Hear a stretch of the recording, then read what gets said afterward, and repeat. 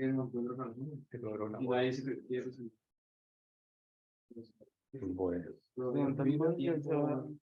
con esto.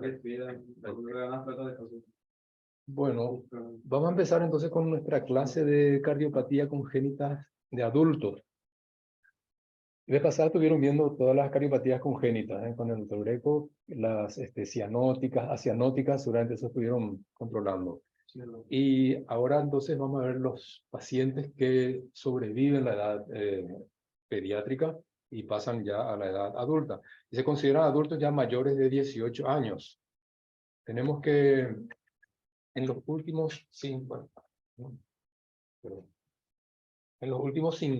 años, avanzó muchísimo la parte de diagnóstico y tratamiento de las cardiopatías congénitas. Actualmente, aproximadamente el 90% de los niños con cardiopatías congénitas alcanzan la edad adulta.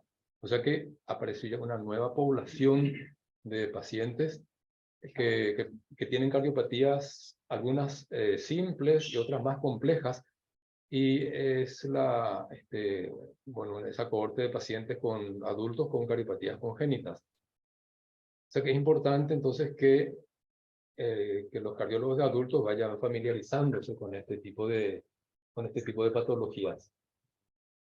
Bueno, entonces, entre las cardiopatías congénitas simples que solemos ver en los adultos, tenemos la comunicación intraauricular, la interventricular, el ductus, que también algunos presentan, coartación.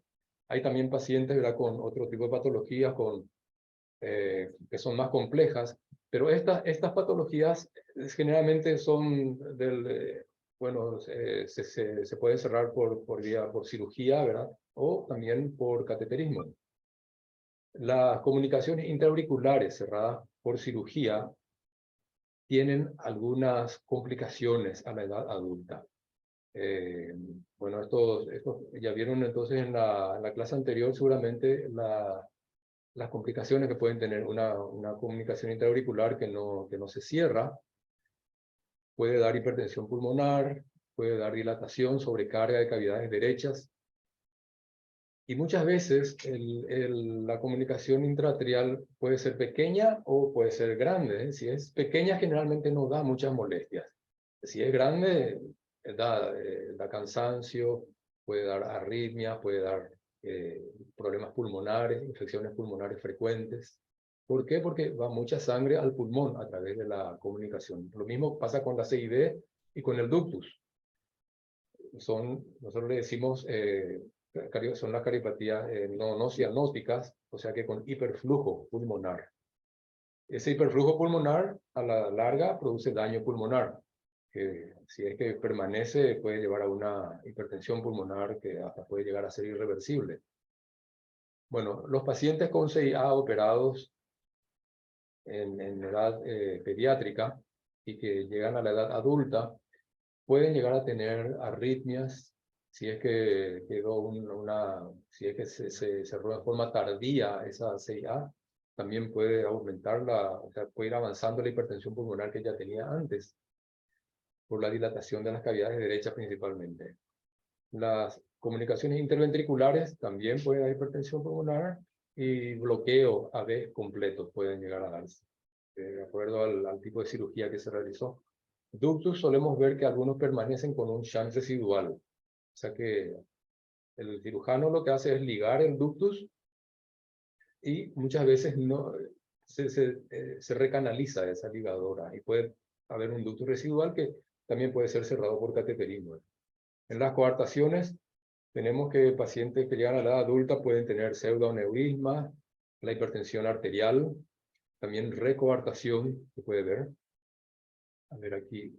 Después están las complejas. Las complejas tenemos que son, bueno, la tetralogía de Fallot, la transposición de grandes arterias, de grandes vasos, la atresia tricúspide, también puede llegar a edad adulta algunos, atresia pulmonar con comunicación interventricular y colaterales. Solemos ver a esos pacientes que sobreviven la edad pediátrica sin tratamiento incluso y pueden llegar a la edad adulta.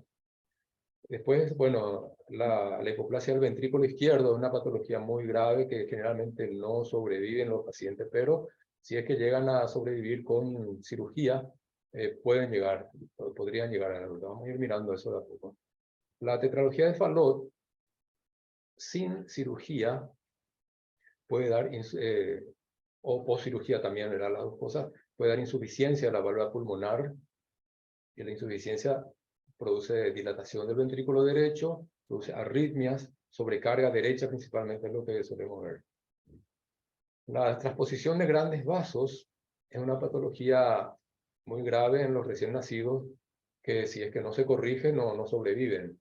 Actualmente se pueden realizar cirugías tipo, la que actualmente se realiza es el switch arterial. Antiguamente se realizaba el switch atrial. Vamos a ver más adelante esto, entonces en qué consisten estas dos correcciones, el switch atrial y el switch arterial. Estas dos bueno, esta situación produce falla del ventrículo derecho, también estenosis de la válvula suprapulmonar, o sea, estenosis en el tronco pulmonar, si es que se hace el cambio de las arterias, el switch arterial puede llegar a dar eso. La atresia tricúspide, la cirugía que se realiza es la cirugía de Glenn y la cirugía de Fontan, vamos a desarrollar después, que da también falla ventricular, arritmias. Después tenemos la atresia pulmonar con CID y colaterales, que algunos pacientes, como dije, pueden sobrevivir a la edad adulta. Si es que tienen muchas colaterales, a veces llegan a la edad adulta. Tienen, por supuesto, cianosis, eso produce hiperviscosidad, arritmia también. Y la hipoplasia del ventrículo derecho es una cirugía, actualmente se hace una cirugía híbrida, se llama, juntamente con el cirujano. Se tiene que mantener el ductus permeable para que la sangre oxigenada pueda llegar al cuerpo. Y después de eso se hace una operación también de Glenn y Fontan, que es la que habíamos nombrado en la atresia tricúspide. Vamos a ver aquí. La comunicación intraauricular, entonces ya habían visto ustedes de que esto produce una comunicación de izquierda a derecha, o sea que la sangre arterial, que tendría que ir al ventrículo derecho, pasa a través de la CIA al ventrículo derecho, de ahí va al pulmón, y puede dar esas complicaciones que dijimos, hipertensión pulmonar, hiperflujo pulmonar. Estos son pacientes que tienen que ser tratados con diuréticos por la posibilidad que puedan desarrollar edema agudo de pulmón, si es que hay una sobrecarga importante de volumen. La mayoría de estos pacientes se pueden cerrar por cateterismo. Primeramente se tiene que realizar una ecografía transesofágica para medir el diámetro de la comunicación, ver también los bordes si son aptos para albergar el dispositivo. Y depende de la ubicación. Si es que no se puede cerrar, tienen que ir a cirugía, ¿verdad? Si es que los bordes no son aptos. Los dispositivos que solemos utilizar son el Amplatzer, Cocoon. Hay muchos dispositivos ahora, LifeTech, Lenshell, numerosos. Bueno. Después tenemos la comunicación interventricular, que también es un shunt de izquierda a derecha. La diferencia entre la comunicación intraauricular y la interventricular es de que esta produce más rápidamente síntomas. Que la presión del ventrículo izquierdo, usted sabe, ¿verdad?, que es de 100 en un niño, 100, 110. Y del ventrículo derecho, la presión ahí tenemos 25, 30. Lógico, haber un shunt de izquierda a derecha con hiperflujo pulmonar y con la posibilidad de que pueda desarrollar hipertensión pulmonar a la larga. Entonces, inicialmente también tratados con diuréticos, y también esto se puede cerrar por medio de cirugía o por cateterismo. Actualmente se pueden, generalmente con el catéter se puede llegar a la parte, si es que el defecto se encuentra en la parte medio muscular, es más fácil de colocar el dispositivo. Se pueden cerrar también los que están un poco más arriba, generalmente los más, pero cuando son múltiples, por supuesto que no se puede y tiene que ir a cirugía. Aquí tenemos el ductus, a ver, este es el ductus arterioso, acá dice permeable o persistente. ¿Viste? Bueno, ustedes saben que todos nacemos con un ductus, o sea que el ductus en sí no es una cardiopatía congénita, ¿verdad? El ductus permeable que le decimos en los recién nacidos, con los prematuros a veces. Pero el ductus persistente sí es una cariopatía congénita y eso también produce hiperflujo pulmonar, hipertensión pulmonar, como todos los que habíamos visto, de flujo de izquierda a derecha. Aquí tenemos una foto, esta es una aortografía lateral, donde se ve el llenado de la aorta y a través del ductus de la arteria pulmonar. Este es patent ductus arterioso persistente. ¿Ya? Con la aortografía, bueno, con el cateterismo nosotros medimos el shunt, también tomamos las medidas del ductus. Si es que la parte estrecha del ductus es menos de 3 milímetros, se puede cerrar con coil. Y si es mayor de 3 milímetros, ya con un dispositivo oclusor, o sea que con el mismo que Amplatzer, Lifetec, todos los dispositivos que vimos. Aquí tenemos el cierre con coil, se entra por la aorta de forma retrógrada, se coloca el catéter, se hace pasar a la arteria pulmonar y allí se libera la parte distal del coil y se retira el catéter y queda obturado. Entonces esto se puede cerrar con ductos pequeños, menos de 3 milímetros. Si son muy grandes, generalmente no queda bien el coil, puede embolizar. Dispositivo oclusorio del ducto, este es ya con el Amplatzer. Tenemos de que este se coloca ya por vía venosa, viene en la arteria pulmonar, se pasa a la aorta a través del ductus y se va retirando lentamente hasta colocar el dispositivo en su lugar y allí se puede liberar, queda obstruido el ductus. No sé si ustedes tienen alguna pregunta, me pueden parar y miramos. ¿Ahora qué tal? ¿Se entiende bien? ¿Está todo bien? Ok. Bueno, esas son las más simples. Después vamos a ver también, bueno, la coartación también dijimos, lo vamos a ver más adelante. Ahora tenemos las más complejas. La tetralogía de Fallot. ¿Se acuerdan lo que es la tetralogía de Fallot? Bueno, el doctor Fallot había pensado de que habían 4 problemas diferentes, ¿verdad? Que aquí tenemos una comunicación interventricular. Después, ¿qué más se acuerdan? Hipertrofia del bebé, cabalgamiento de la aorta, cabalga sobre el septo. Y estenosis. Generalmente cuando es tetralogía es estenosis, que puede ser infundibular o valvular.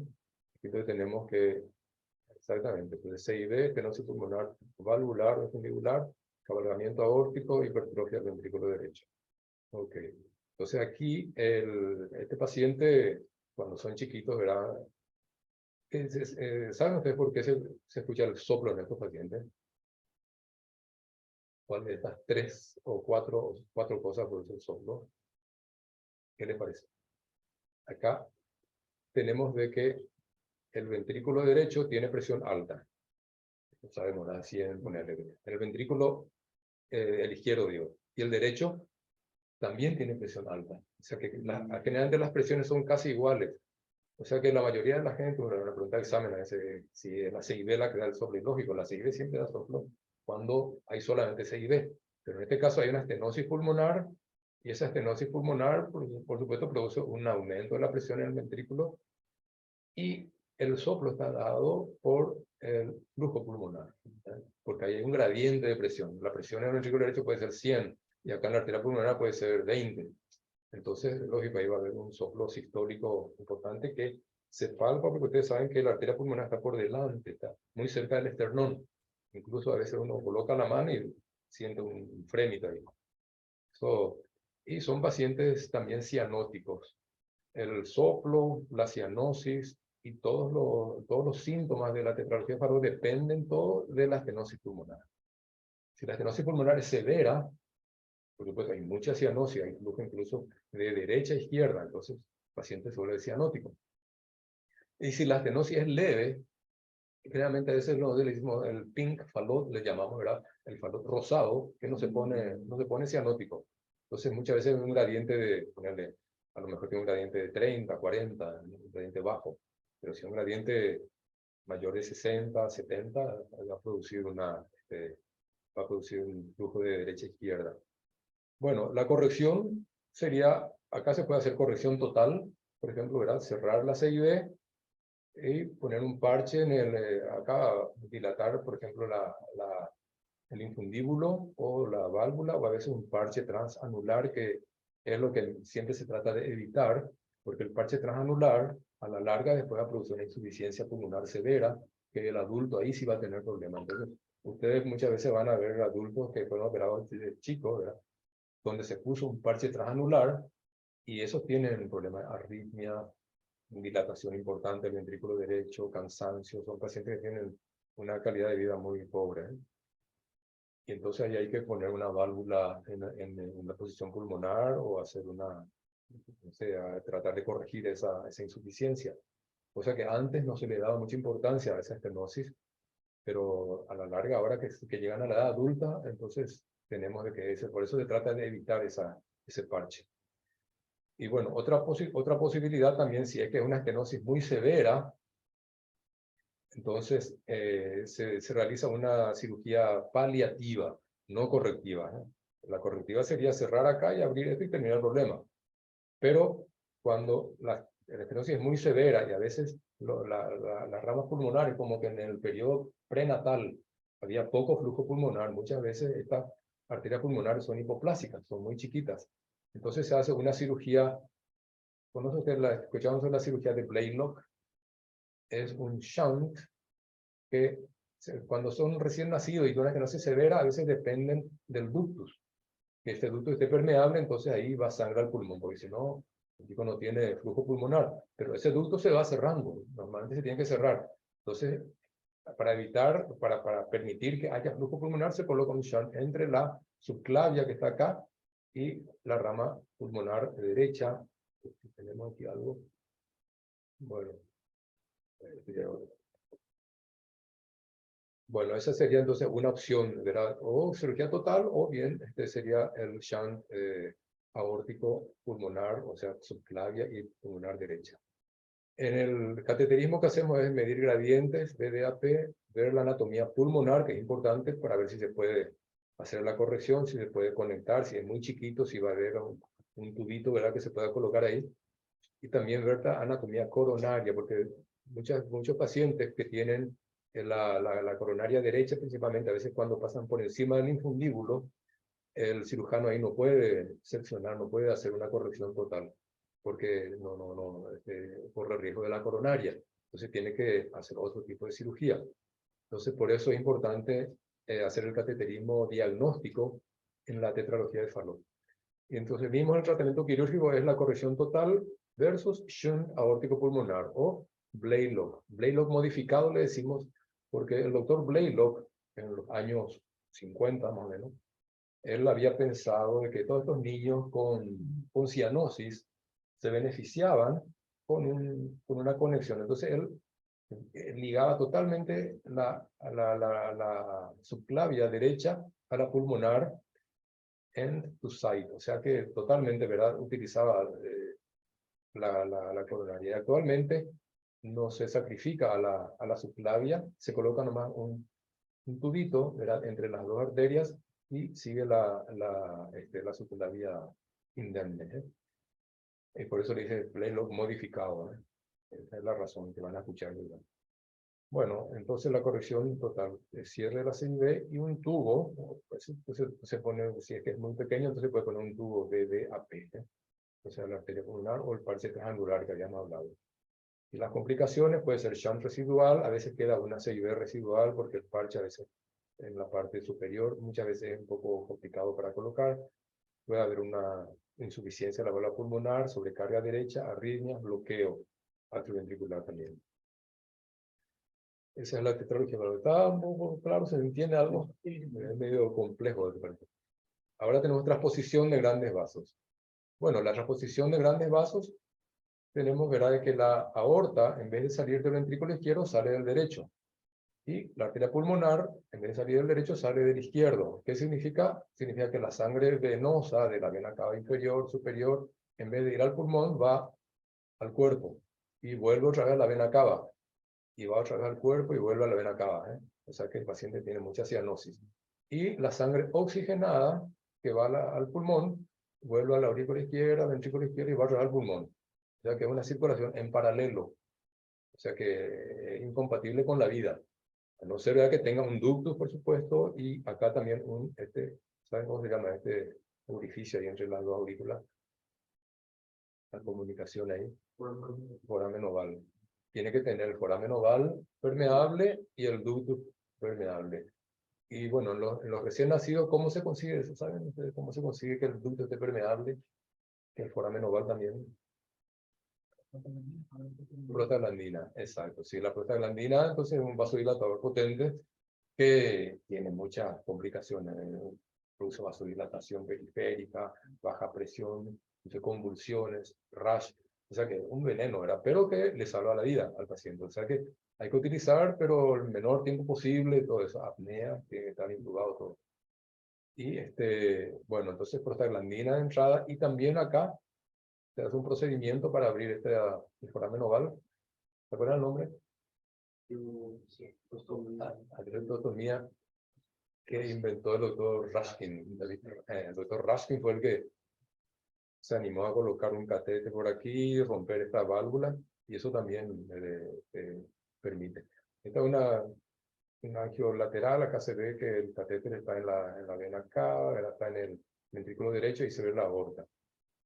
En la ecografía se ven dos vasos paralelos, se ve que la aorta está anterior y la arteria pulmonar está posterior. Este diagnóstico se hace por ecocardio. Y al cateterismo se va principalmente para hacer el Raskin, ¿verdad? Que es el catéter, como le digo, un balón que se introduce por la vena cava, aurícula derecha, se pasa a la aurícula izquierda. Estando en la izquierda, entonces se insufla el balón y se retira rompiendo ese tabique. Bueno, habíamos dicho entonces que el tratamiento quirúrgico de esto es el switch, que puede ser switch atrial, que se usaba antes, actualmente ya no se utiliza eso, y el switch arterial. El doctor Yatene había procurado corregir esto hace muchos años, seccionando las dos arterias y colocándolos en su posición original, y no daba resultado, o sea que casi todos los pacientes fallecían. Mucho tiempo se quedó con eso, que no hubo caso de solucionar esa cirugía. Entonces se pasó a la cirugía del switch atrial, que significa entonces de conectar las venas, ¿verdad? La vena superior, inferior, a la mitral. Entonces un parche que va de la aurícula derecha a la mitral y va al ventrículo. Entonces la sangre no oxigenada va al pulmón, que es lo que se pretende, ¿verdad? Y otro parche que viene de la aurícula izquierda, ahí vienen las venas pulmonares, otro parche que se une a la tricúspide. Entonces es un switch atrial, en los dos atrios, entonces van, y ahí viene, pero con la desventaja de que esta sangre arterial viene al ventrículo derecho, que ahí va a la aorta. O sea que el ventrículo sistémico es anatómicamente derecho, que es un ventrículo que no está preparado para soportar mucha presión. A la larga se dilata, a la larga da arritmia, a la larga da embolia, muchos con estos pacientes, pero incluso hasta ahora tenemos muchos pacientes que tuvieron esta cirugía y están en la edad adulta. Y se le hace todo tipo de estudios, principalmente del ventrículo derecho, resonancia, todo eso para estudiar cómo está la fracción de eyección del ventrículo. Y capaz que a ustedes les llegue también un paciente que fue sometido a esta cirugía. Pero actualmente se hace la cirugía de Yaten, que era la anterior, que actualmente sí, con la mejoría de todas las drogas que tenemos y de la cirugía y de todos los elementos, fue mejorándose, porque el problema era trasplantar no solamente los dos vasos, sino las coronarias.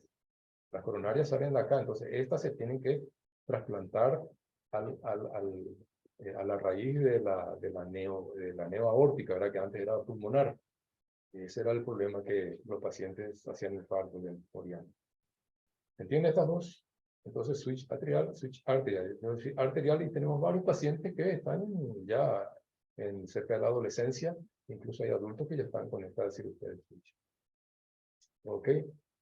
Bueno, después están la variedad de ustedes habían visto las cardiopatías asianóticas, ¿verdad?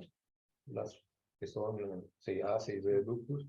Las cianóticas, tetralopepalot, transposición, está la atresia pulmonar, atresia tricúspide. Después están las obstructivas, que son las estenosis de la válvula pulmonar, de la válvula aórtica Y también está la coartación entre las obstructivas, que ahí no hay shunt, no hay tampoco cianosis ni acianosis, depende, ¿verdad? Si la estenosis pulmonar valvular, acá tenemos, esta es una estenosis de la válvula, acá está la válvula pulmonar estenosada, esta es una estenosis pulmonar sin comunicación interventricular. Entonces, este tipo de obstrucción, esto se tiene que desobstruir, ¿verdad? Porque generalmente la presión es alta en este ventrículo, suele haber a veces, incluso como que es tan alta, suelen aparecer fístulas coronarias, suele dar muchos problemas. Lo que hacemos entonces es colocar un catéter, a veces si es que se puede pasar la válvula, se puede colocar un balón, bueno, esta es la otra estenosis pulmonar con CIB. Son dos patologías diferentes. En este caso, el ventrículo derecho no está tan hipoplásico, ¿verdad? Pero la arteria pulmonar aquí está muy estrecha. Es un hilito prácticamente y es muy difícil de corregir a veces. Estos son los pacientes que necesitan el blade lock. Si es que da el diámetro de esta arteria pulmonar derecha con el tubito que se tiene que colocar en ese lugar. Estenosis severa es una atresia funcional prácticamente. Ahí se tiene que ver el calibre de las ramas pulmonares. Generalmente estos tienen también colaterales aórticos pulmonares. Acá según de la aorta al pulmón, a veces son pacientes que sobreviven con esta patología por las colaterales que presentan. Bueno, esta es un catéter en el ventrículo derecho. Esta es la arteria pulmonar que está prácticamente, una atresia funcional prácticamente, pero que se logró pasar con una guía a la pulmonar y se pudo colocar un balón. Se dilata la válvula y generalmente esos pacientes, si es que funciona bien, pueden sobrevivir bien, pasan sin problemas. Tenemos muchos pacientes, incluso que a la edad de la infancia, cuando recién nacidos, se les hizo esto y hasta ahora, un paciente que tiene ahora 20 años, que le hayamos hecho esto aquí en Paraguay, y que está bien. Nunca más se le hizo ninguna otra cirugía.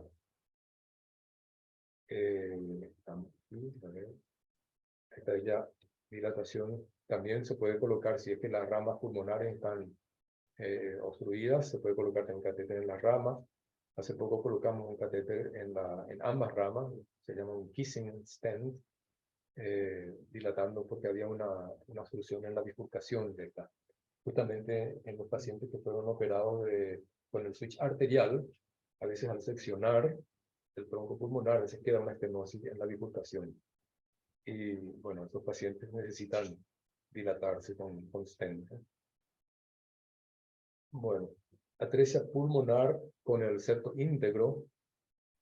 Tenemos de que el ventrículo derecho tiene una sobrecarga importante de presión. Muchas veces estos pacientes tienen acá se ven fístulas coronarias, pacientes muy graves, pero que si se logra abrir la válvula de alguna forma, muchas veces pueden sobrevivir. Después está la estenosis de la válvula aórtica, es más complicado. Muchas veces hay que tener cuidado con el balón, que no sea un balón ni muy grande ni muy chico para no lesionar mucho la válvula aórtica, porque ahí estamos trabajando con presión alta. Cuando es la parte pulmonar, muchas veces dilatamos bien la válvula. Acá en la aórtica, entonces muchas veces tenemos más cuidado.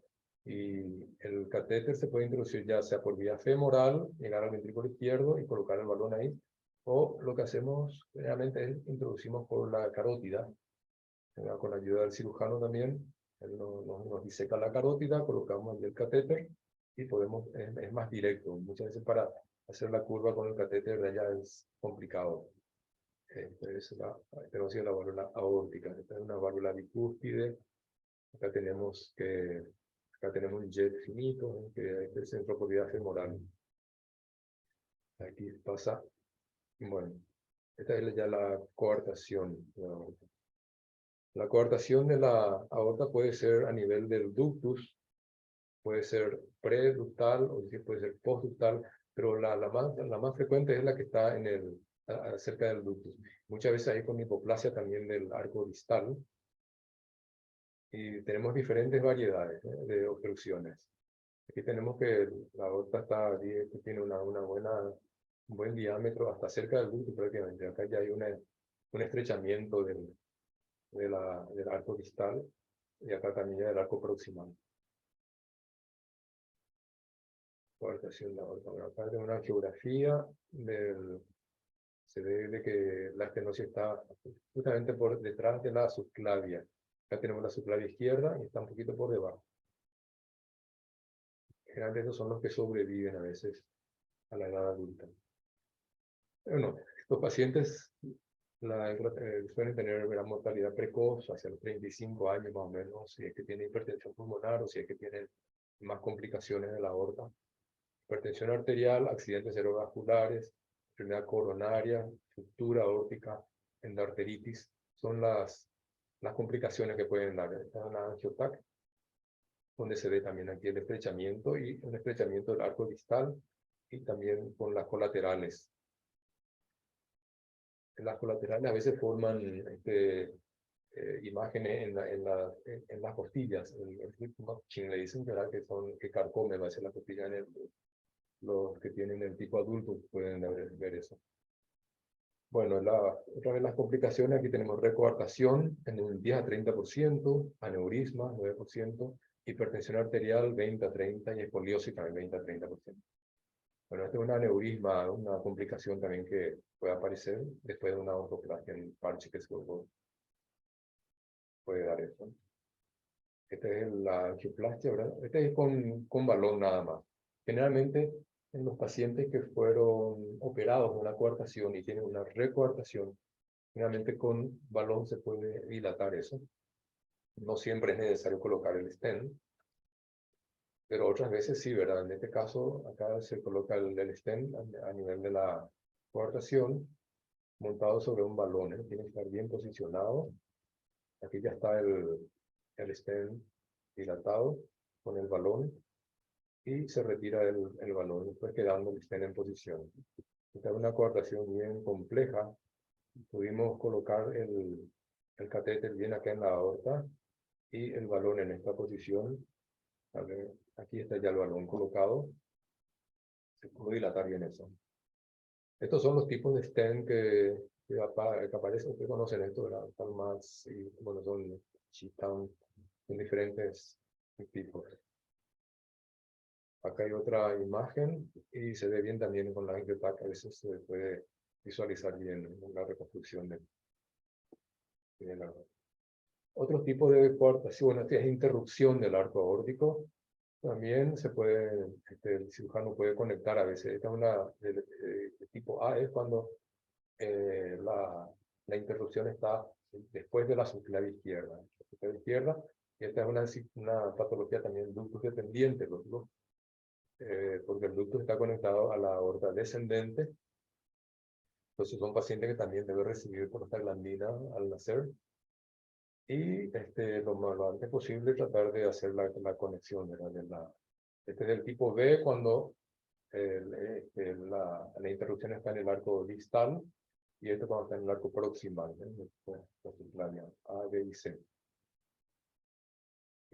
Todo se corrige ya. Bueno, después tenemos las patologías complejas realmente, que son la hipoplasia del ventrículo izquierdo o también hipoplasia del ventrículo derecho. Pueden haber dos tipos de problemas aquí. Generalmente ya son llamadas patologías con ventrículo único, porque el ventrículo izquierdo no se desarrolla. Y en estos casos, lógico, también tiene que haber un foramen oval permeable, son sometidos también a rasping, para que pueda pasar la circulación a la arteria pulmonar y de allí por el ducto en forma retrógrada a la aorta ascendente y a las coronarias. O sea que los recién nacidos es una patología muy grave que hay que tratar de hacer lo antes posible. Esta es una ecografía donde se ve, este es el ventrículo izquierdo y este es el ventrículo derecho. Esta es la vía de salida del ventrículo izquierdo con una aorta mínima, una aorta que es como una colita de ratón ahí. Y acá no se ven, pero a veces se puede ver las coronarias también ahí que llenan. Entonces, atresia o estenosis mitral, atresia también pueden tener atresia de la válvula aórtica, hipoplasia del ventrículo, hipoplasia de la aorta, el ductus y foramen oval tienen que estar permeables en este caso. Y se puede proceder aquí a una cirugía, un procedimiento híbrido, se llama. El cirujano coloca un banding, un cerclaje en las ramas pulmonares, y nosotros con un catéter a través de la pulmonar podemos colocar un stent en el ductus para que esto se mantenga abierto, para que pueda circular, ¿verdad? La sangre que viene del ventrículo único, que es el ventrículo derecho, viene todo por aquí, ¿verdad? Y vaya. Entonces después se coloca también bueno, un cerclaje, ¿verdad? Que no sea muy ceñido, por supuesto, ¿verdad? Que tiene que proteger el pulmón y tiene que dar flujo hacia las coronarias principalmente. Cerclaje no pulmonar es tener el bebé es un ventrículo sistémico, que es un ventrículo único, que después tiene que ir otra vez también a una operación de Fontan y que da también de los problemas del Fontan. A ver aquí hay otro tipo de problemas. Ahora, esta es la implantación también de una válvula aórtica transapical. Esta es una implantación de la válvula aórtica, de la válvula pulmonar, por vía venosa también, la Melody, que acá lo tenemos. Después, bueno, hablando de estas conexiones, ¿por qué conviene hablar de estos univentriculares? Porque estas son patologías complejas que ustedes se van a encontrar ahora con este tipo de pacientes ya adultos, adolescentes o adultos. Tengo una paciente que tiene ahora 36 años, que sigue conmigo, era por tipo de patología. Se operó en Montreal cuando era chiquita, vive en el Chaco, y está con esta patología. Y es bien complejo. ¿Qué problema? Tiene una atresia de la válvula tricúspide. Eso significa, ¿verdad?, que la sangre venosa, vena cava inferior, vena cava superior, entra toda en la aurícula derecha. Acá está la tricúspide cerrada, ¿verdad?, atrésica. Por supuesto, tiene que haber una CIA, y ahí se mezcla la sangre venosa con la arterial en la aurícula, va al ventrículo izquierdo, va a la aorta, pero también a través de la CIV va a la arteria pulmonar. O sea que esta es la situación en esta patología. Bueno, ¿qué se tiene que hacer aquí? Se tiene que direccionar la sangre venosa a los pulmones. Eso tiene que ir al pulmón. Como tiene un solo ventrículo, entonces se utiliza el ventrículo como ventrículo único, como ventrículo sistémico, ¿verdad? Que tiene que, en este caso, el ventrículo izquierdo bombea la aorta. Se desconecta la vena cava inferior, la vena cava superior. También en el caso de hipoplasia del ventrículo izquierdo, también pasa la misma cosa, pero al revés.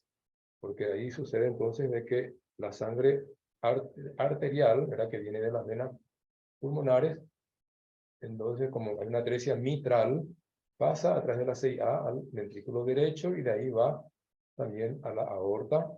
Y acá ya se hizo una corrección parcial. ¿Por qué? Porque la vena cava inferior es la que viene acá y se mezcla con la sangre arterial. Por la vena cava superior, que es la que viene del cerebro, que es la menos oxigenada, vamos a decir. Entonces, gran parte, más del 50% de la sangre no oxigenada, ya se conecta a la arteria pulmonar, a la rama derecha de la arteria pulmonar. Es un shunt, se dice acá, esta es la cirugía de Glenn, y es bidireccional, va al pulmón derecho, al pulmón izquierdo, un shunt venoso bidireccional. Y después en el futuro, otra vez se tiene que reconectar la vena cava inferior también allá. Pero esa es la operación de Fontan, que dicen. El doctor Fontan inicialmente había descrito hace 40 años, más de 40 años, esta cirugía. Él conectaba la aurícula derecha, el apéndice de la aurícula derecha conectaba directamente a la arteria pulmonar. Entonces toda la sangre venosa, ¿verdad?, venía directamente ya al pulmón. Por supuesto tenía que tener presión baja en el pulmón para que eso funcione. Bueno, actualmente esa operación se dejó de hacer el Fontan clásico, vamos a decir. ¿Por qué? Porque producía mucha dilatación de la aurícula derecha.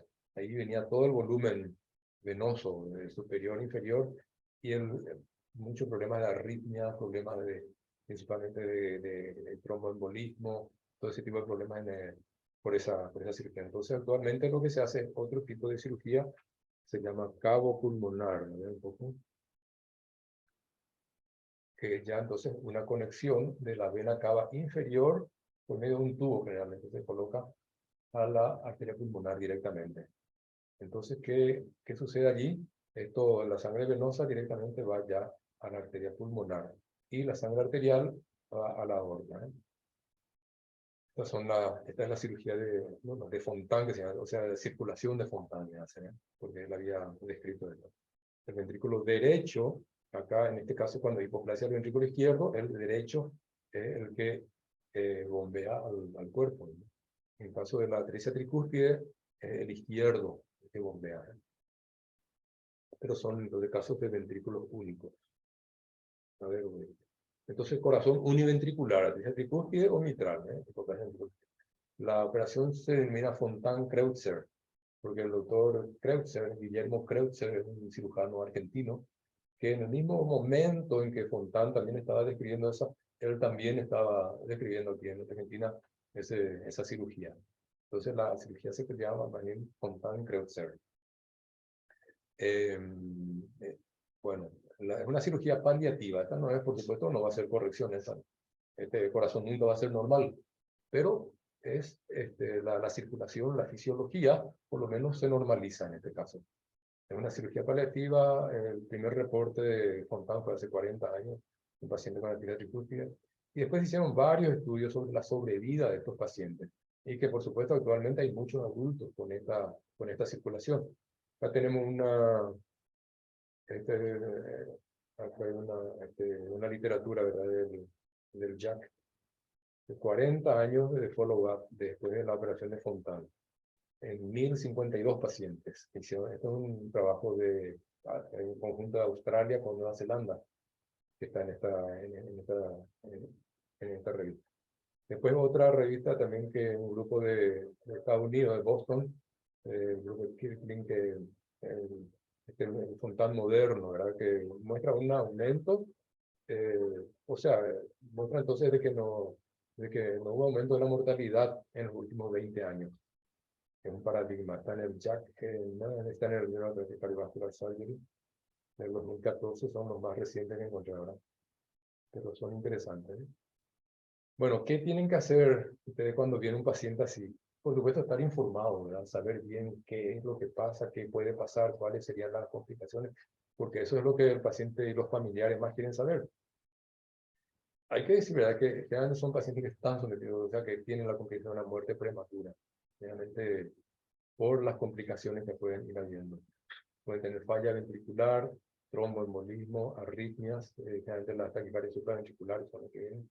Después está también la enteropatía con pérdida de proteína, protein losing enteropatía se llama, que es muy frecuente también en estos pacientes. Aquí, si hay algo más, acá dice cirugía de Fontan. Bueno, ¿qué pasa con la cirugía de Fontan? Acá lo que sucede es que disminuye la sobrecarga del ventrículo único, ¿eh? Entonces, ¿y qué también hace? Aumenta también la presión venosa central, para que esto vaya bien a la arteria pulmonar, ¿verdad? Tiene que haber buena presión. La resistencia vascular pulmonar tiene que ser baja. O sea, estos pacientes, antes de realizar esta cirugía, se les somete a cateterismo para ver cómo está la presión pulmonar, si es que va a aguantar esta presión. Si tiene hipertensión pulmonar, por supuesto que no va a funcionar, porque la presión venosa tiene que ser mayor, ¿verdad?, que la presión de la arteria pulmonar. La resistencia tiene que estar para suplir la precarga del ventrículo también. Acá se produce una fenestración. Esta es una conexión, ¿verdad?, pequeña o grande, depende del tamaño del gusto del cirujano. A veces, si hacemos una fenestración pequeña o grande, ¿para qué? Para que el cambio no sea tan brusco. Porque si uno directamente acá ya une a la arteria pulmonar, hay un brusco cambio de presión allá en la. Entonces se deja una fenestración para que por lo menos, para disminuir en parte la presión venosa central, ¿verdad?, que cae alta, es decir, que se conecta directamente, y también aumentar la precarga del ventrículo. Entonces acá se le da una válvula de escape, ¿eh?, para que esto también funcione un poco más. Y después a la larga esto se puede cerrar por cateterismo. Entonces cuando el paciente ya más o menos se va acostumbrando a esta presión alta, se puede cerrar por cateterismo. La presión, por supuesto, en la vena cava, en las venas también, en la vena pulmonar, tiene que ser menor que la presión entonces acá en las venas pulmonares, porque el retorno venoso, ¿verdad?, de acá del pulmón del pasaje arteriovenoso, los capilares, tiene que ser fácil, o sea que la presión en la vena cava tiene que ser menor que la presión en las venas pulmonares y en la aurícula izquierda, para que pueda aparecer, tiene que haber un gradiente. El PI, el P1 tiene que ser mayor que el T2, y también la transición acá tiene que ser gradual. Y bueno, creo que esto. No sé si tienen preguntas, así alguna pacientes adolescentes estamos teniendo en esta patología, y adultos van a ir llegando a tu consultorio adelante. Así que hay que estar preparados. Ok, gracias por todo. Ok, stop share. Ahí está, entonces.